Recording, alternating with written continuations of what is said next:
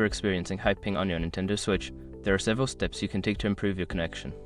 Follow this guide to enhance your gaming experience. Step 1. Check your internet speed. Use an internet speed test to determine your current download and upload speeds. This will help you understand if your connection is the issue. Step 2. Optimize your Wi-Fi connection. Ensure your Nintendo Switch is within range of your Wi-Fi router. If possible, reduce interference by moving other electronic devices away from the router and connecting to a less congested frequency band. Step 3. Use a wired connection. If feasible, connect your Nintendo Switch to the internet using a LAN adapter and an Ethernet cable. A wired connection typically provides a more stable and faster internet connection than Wi-Fi. Step 4. Limit bandwidth usage. Reduce the number of devices connected to your network while gaming. Disconnect devices that are not in use and avoid streaming or downloading large files during your gaming sessions. Step 5. Change DNS settings.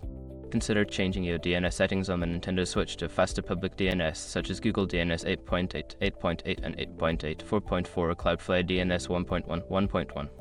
This can sometimes improve connection speed and reduce ping. By following these steps, you should see an improvement in your Nintendo Switch's ping.